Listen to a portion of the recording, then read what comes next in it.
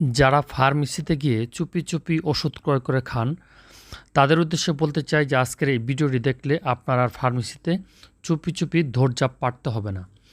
মূলত হচ্ছে যেই সমস্যাটার জন্য এই প্রবলেমটা হয় সেটা হচ্ছে আপনার টেস্টোস্টেরন হরমোন কমে যায়। আর এই টেস্টোস্টেরন হরমোন বাড়ানোর ক্ষেত্রে কিছু নিয়ম যদি আপনি মানেন তাহলে এগুলো কিন্তু সহজে আপনি পরিত্রাণ পেয়ে যাবেন। সেই ক্ষেত্রে প্রথমত হচ্ছে স্বাস্থ্যকর খাবার গ্রহণ।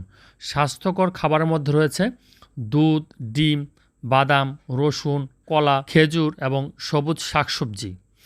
এরপর হচ্ছে নিয়মিত ব্যায়াম। নিয়মিত ব্যায়াম করলে বা শরীরচর্চা করলে সেক্ষেত্রে টেস্টোস্টেরন হরমোনটা বৃদ্ধি পায়। তো এই নিয়মিত ব্যায়ামটা কিভাবে করবেন সেক্ষেত্রে বলা হচ্ছে প্রতিদিন অন্তত 20 থেকে 30 মিনিট, সেক্ষেত্রে সপ্তাহে কমপক্ষে 5 দিন আপনাকে দ্রুত গতিতে হাঁটা বা সাঁতার কাটা বা ব্যায়াম চালিয়ে যেতে হবে এবং ওজন নিয়ন্ত্রণে রাখতে হবে। সেক্ষেত্রে অতিরিক্ত ওজন যেন না হয় বা ওজন যেন কম না হয় এই বিষয়টা লক্ষ্য রাখতে হবে এবং অতিরিক্ত পরিমাণ অ্যালকোহল পান ও মাদক থেকে দূরে থাকতে হবে। যারা ধূমপান করেন বা মাদক গ্রহণ করেন তাদের ক্ষেত্রে অবশ্যই এই বিষয়গুলো এড়িয়ে চলতে হবে।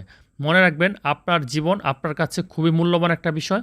সেক্ষেত্রে এই জীবনটাকে হেলাফেলা করে আজে বাজে ওষুধপত্র খেয়ে অবশ্যই জীবনটাকে ঝুঁকিতে ফেলবেন না। আর যে কোনো ওষুধ খেতে হলে অবশ্যই রেজিস্টার্ড চিকিৎসকের পরামর্শে তারপর গ্রহণ করবেন। ধন্যবাদ।